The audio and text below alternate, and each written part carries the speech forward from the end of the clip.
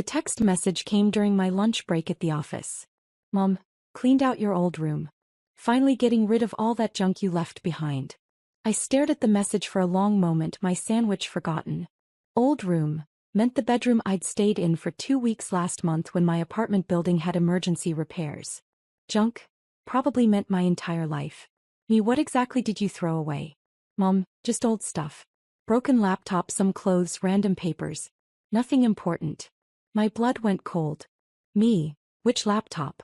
Mom, the black one that doesn't turn on. Relax, it was garbage.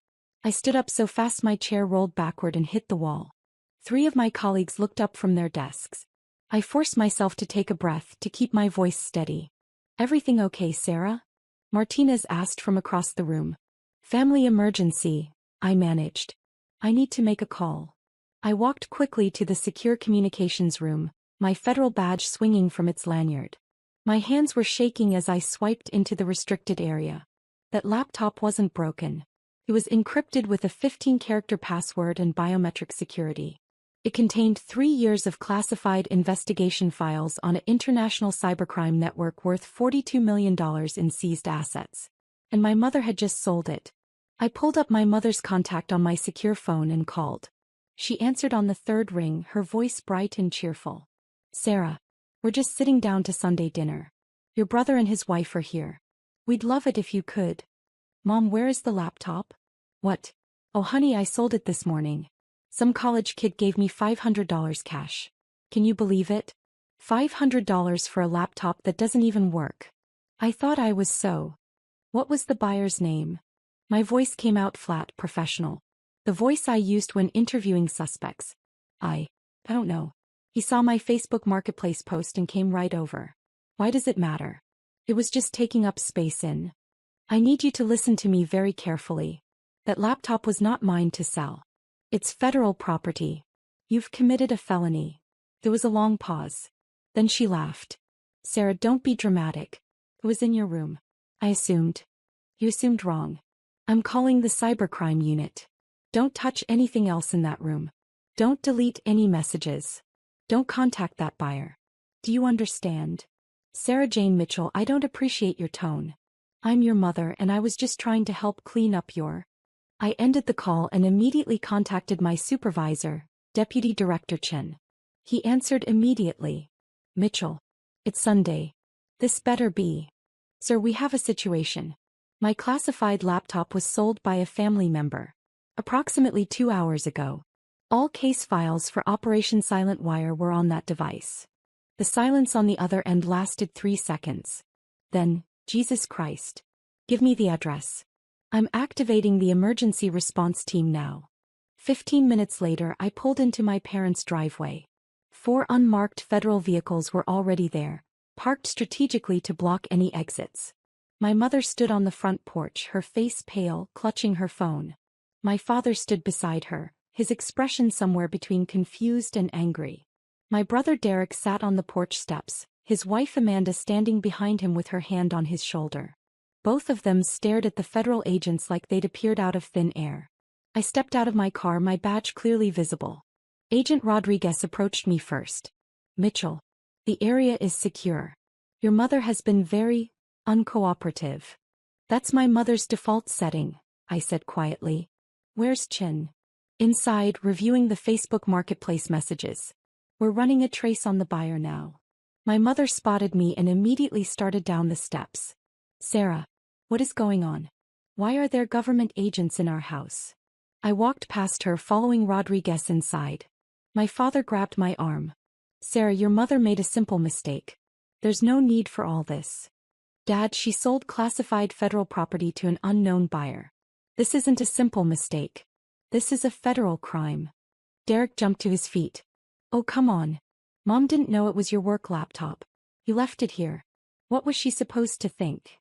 She was supposed to think, this isn't mine, I shouldn't sell it, I said, pulling my arm free from my father's grip. That's basic property law.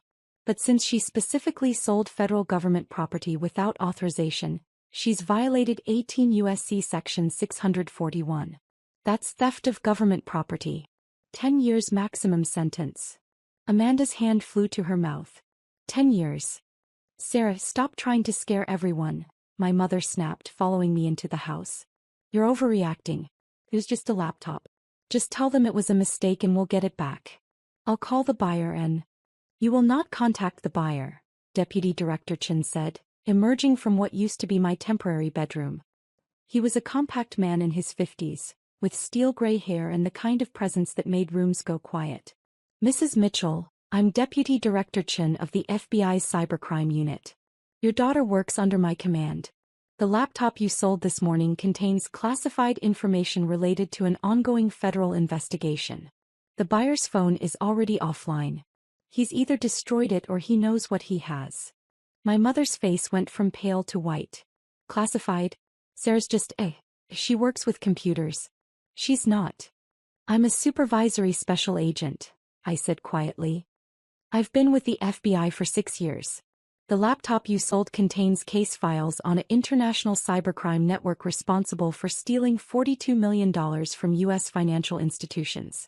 Those files include witness identities, undercover agent information, and evidence that took 3 years to compile. Derek stood up slowly. Wait.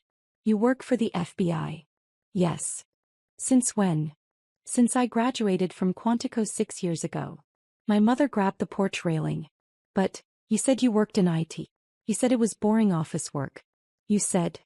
I said exactly what I was supposed to say. My position requires operational security. Meaning I don't advertise what I do. Chin was watching my mother carefully. Mrs. Mitchell, I need you to understand the severity of this situation. You sold a device containing information that, in the wrong hands, could compromise ongoing investigations, endanger federal agents, and potentially result in millions of dollars in additional losses.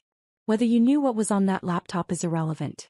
You sold property that didn't belong to you, and that property happened to be federal evidence.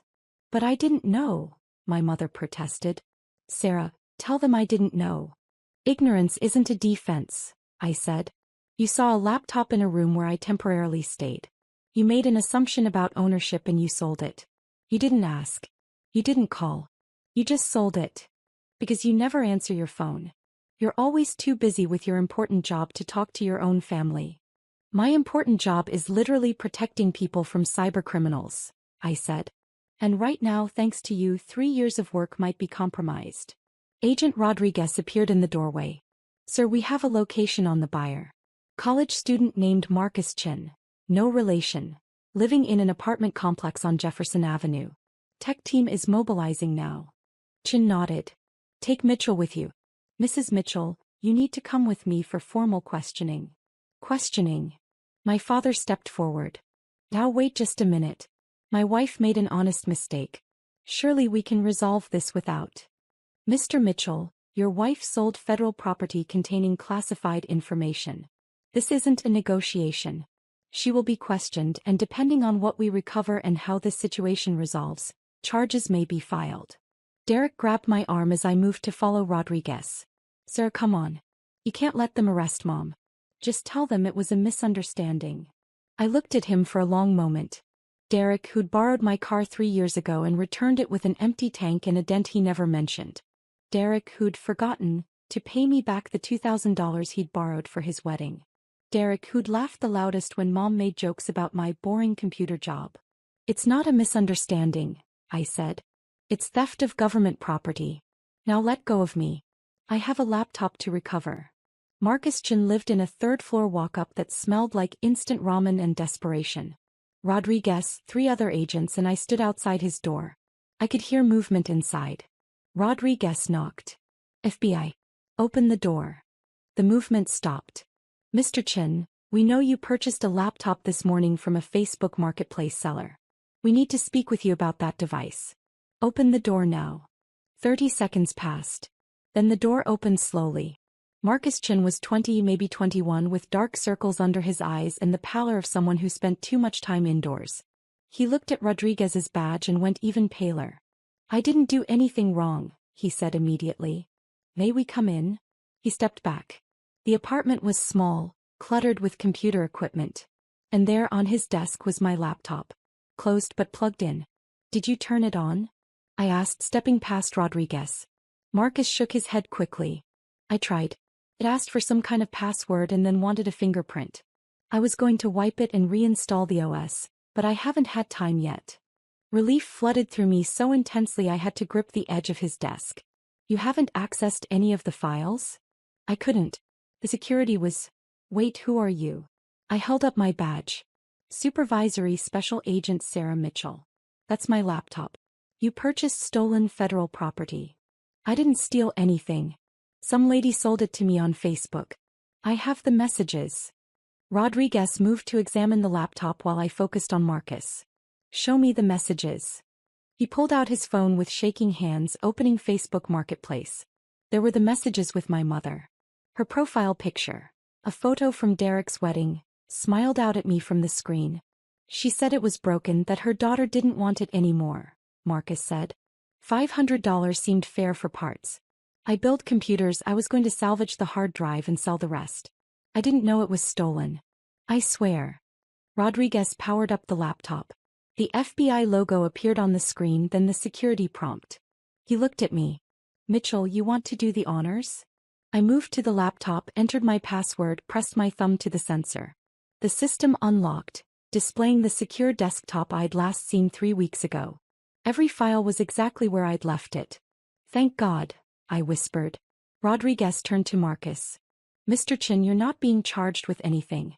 You purchased the laptop in good faith. However, we'll need a formal statement about the transaction. Am I in trouble? No. But the woman who sold you this laptop is. We returned to my parents' house 2 hours later. The street was now lined with federal vehicles. Neighbors stood on their lawns, phones out, filming. Mrs. Patterson from 3 doors down had her arms crossed, watching everything with undisguised fascination. My mother sat in the back of an unmarked car, her face blotchy from crying. My father stood nearby, arguing with another agent. Derek and Amanda sat on the porch steps, both looking shell-shocked. I walked past all of them, carrying my laptop in an evidence bag, and approached Deputy Director Chin. He was reviewing paperwork on the hood of his car. Laptop is secure, sir. No files accessed. No damage to the encryption. Good work, Mitchell. He glanced toward my mother. We need to make a decision about charges. What are you recommending? Technically, she violated federal law. But proving criminal intent would be difficult. She genuinely didn't know what was on the laptop. He paused. However, the fact remains that she sold property that wasn't hers without authorization, and that property happened to contain classified federal information. At minimum, we're looking at reckless endangerment of federal operations. My father approached us. Agent Mitchell, please. Your mother didn't mean any harm. Surely you can understand that. I looked at him. Dad, if I had left that laptop at a coffee shop and someone stole it, I'd be fired. If I had stored classified files on an unsecured device, I'd be facing charges myself. The only reason this didn't turn into a complete disaster is because we recovered it before the buyer could access it. But she's your mother. Which is exactly why I'm not the one making this decision. I'm too close to this situation. Deputy Director Chin will determine if charges are filed. Chin closed his folder. Mrs. Mitchell will be released tonight with a formal warning. However, this incident will be documented in her permanent record. If she ever applies for any position requiring security clearance or background checks, this will be disclosed. Additionally, she's required to complete a federal property awareness course and pay a fine of $5,000. $5,000. Derek jumped to his feet. For selling a $500 laptop? For selling classified federal property without authorization, Chin corrected. She's getting off extremely lightly. If Agent Mitchell hadn't been family, if the laptop had been accessed, if any of those files had been compromised, your mother would be facing federal charges with mandatory minimum sentences. Be grateful we recovered it intact. He nodded to the agents by the car. They opened the door, helping my mother out. She stumbled toward me, mascara streaked down her face. Sarah, please. Tell them this is all a mistake. Tell them you forgive me. I can't do that, Mom. Why not? I'm your mother. I raised you. You sold my property without asking me. You made assumptions about my life, my work, my possessions. You've done that my entire life. Assume you know better. Assume you understand. You don't. I was trying to help. No, you were trying to control. There's a difference. My father put his arm around her shoulders. Sarah, your mother made a mistake. Surely you can show some compassion. I looked at both of them for a long moment. Compassion would be me not testifying if this went to trial. Compassion would be me vouching for her character if federal charges were filed. Compassion would be me accepting that she genuinely didn't understand what she'd done. And I am showing that compassion.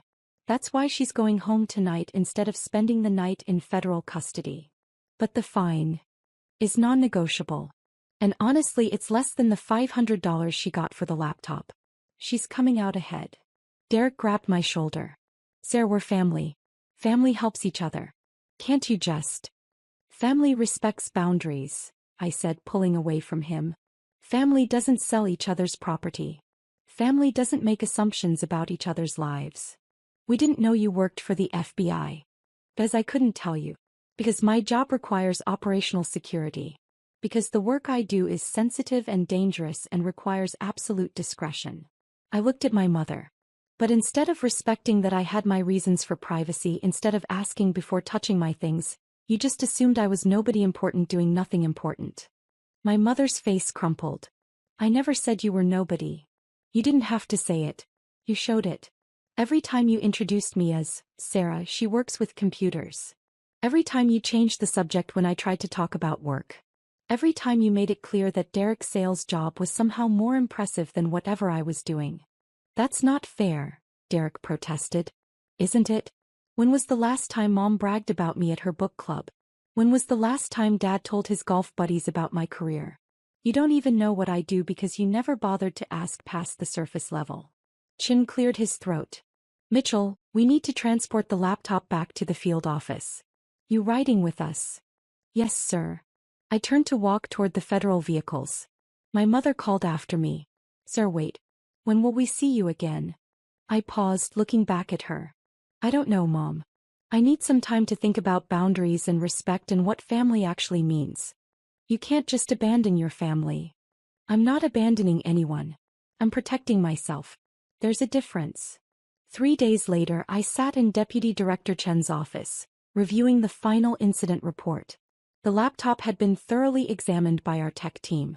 Every file was intact. No breaches. No compromises. Operation Silent Wire could continue. Chin signed the final page and closed the folder. Mitchell, I have to say, you handled that situation with remarkable professionalism given the personal nature of it. Thank you, sir. How are things with your family? I thought about the 17 missed calls from my mother, the 12 text messages from Derek, the email from my father asking me to be reasonable. I hadn't responded to any of them. Complicated, I said finally. They understand now what you do? They understand I work for the FBI. I don't think they understand what that actually means yet. Chin nodded slowly. Operational security exists for a reason. But I imagine it's difficult when it means keeping secrets from family. The secrets aren't the hard part, sir. The hard part is them assuming the secrets mean I'm not important, that my work doesn't matter, that I'm just killing time until I find something better. I paused. My mother sold my laptop because she genuinely believed it was worthless. That's what hurts. For what it's worth, Agent Mitchell, your work here has saved millions of dollars and protected countless victims. You're one of the best analysts I've ever supervised. Your family's inability to see that is their loss, not yours. Thank you, sir. He handed me a new laptop, this one with even more robust security features. Try not to leave this one at your parents' house. I managed a small smile. I'll keep it handcuffed to my wrist, sir. That Sunday I didn't go to family dinner. Instead, I worked late at the office reviewing case files for Operation Silent Wire. My phone buzzed constantly. Mom, Derek, Dad, Amanda, even my Aunt Carol, who I hadn't spoken to in 2 years. But I ignored them all. Around 8 p.m. Martinez knocked on my door. Mitchell, you're still here? Just finishing up some reports. You know, most people spend Sunday with their families. Most people's families don't sell their classified laptops on Facebook Marketplace.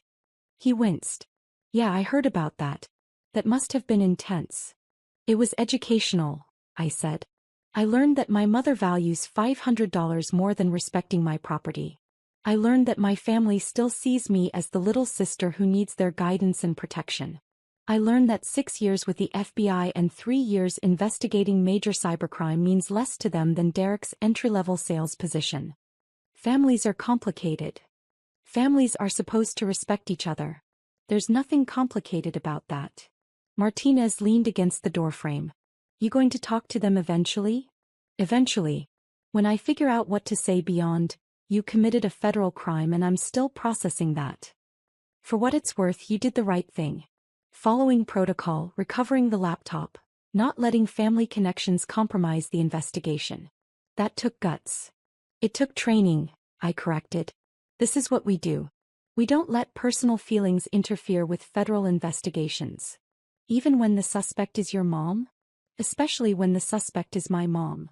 2 weeks later, my mother paid her $5,000 fine. She called me immediately afterward, crying. Sarah, I paid it. The fine is paid. Can we please talk now? What do you want to talk about? I want to apologize. I want to make this right. I want my daughter back. I sat in my car in the FBI field office parking lot, watching agents come and go. Mom, I'm not the daughter you think I am. I never was. What does that mean? It means you've spent years making assumptions about who I am, what I do, what matters to me. You've never actually asked me about my life. You just decided you already knew. That's not true. I've always supported you. No, you've always had opinions about my choices. That's different from support. There was a long silence. Then, when did you become so cold? I'm not cold. I'm clear. There's a difference. Sarah, please. Come to dinner this Sunday. Let's talk properly. Let's fix this. I closed my eyes. I'll think about it. That's all I ask. Just think about it. Sunday came. I drove to my parents' house with my stomach in knots. My new laptop stayed in the field office safe. My personal phone stayed in my car. I walked to the front door with nothing but my badge, my keys, and a small recording device in my pocket. Force of habit after 6 years in federal law enforcement. My mother opened the door before I could knock. Her eyes were red-rimmed, her makeup careful, her smile fragile. Sarah. You came. I said I'd think about it. Come in. Everyone's here. Derek and Amanda sat at the dining room table, both looking uncomfortable. My father stood by the fireplace, his expression carefully neutral. The table was set for 5 with Mom's good china. The stuff she usually only brought out for holidays and Derek's important work functions. I sat down in my usual chair, the one at the end of the table where I could see both doors. Another habit from work. Sarah, my father began, we want to apologize. For selling my laptop? For not taking your work seriously, he corrected. For making assumptions. For treating you like you were still the little girl who needed our guidance. I waited. Derek cleared his throat. Look, Sarah, I looked up what FBI agents actually do. The cybercrime unit, the kind of cases you work. That stuff it's serious. It's dangerous. And we had no idea. You had no idea because you never asked. You never told us. Because I couldn't. Because my work requires operational security. Because the people I investigate are dangerous and the less you know the safer you are. I looked around the table. But instead of respecting that I had my reasons, you all just assumed I was being secretive for no reason. You assumed I was ashamed of what I do. You assumed my job didn't matter. My mother wrung her hands. We never thought that. Then why did you sell my laptop without asking me? Why did you assume it was worthless? Why did you laugh when you told everyone you got $500 for it? She didn't have an answer. I stood up. I'm going to set some boundaries now. You're all going to listen and you're going to respect them, or I'm walking out that door and you won't see me again. Understood. 4 heads nodded. First, my work is not up for discussion. I can't tell you details about my cases. I can't tell you about ongoing investigations. I can't bring you to the office or introduce you to my colleagues. If you can't accept that, we can't have a relationship. Second, my personal property is off limits. You don't touch it, you don't move it, you don't sell it, you don't borrow it without explicit permission. If something belongs to me, assume it matters, even if you don't understand why. Third, you respect my time and my schedule. I can't always come to family dinners. I can't always answer my phone. When I say I'm busy, I'm not making excuses. I'm literally protecting people from criminals. I paused, looking at each of them. Can you do that? My father nodded slowly. We can do that. And we're sorry, my mother added quickly. We're so sorry, Sarah. We had no idea how important your work was, how much responsibility you carry. We should have trusted that you had reasons for your privacy. Yes, I said quietly. You should have. Derek shifted uncomfortably. Sarah, can I ask, what exactly do you do?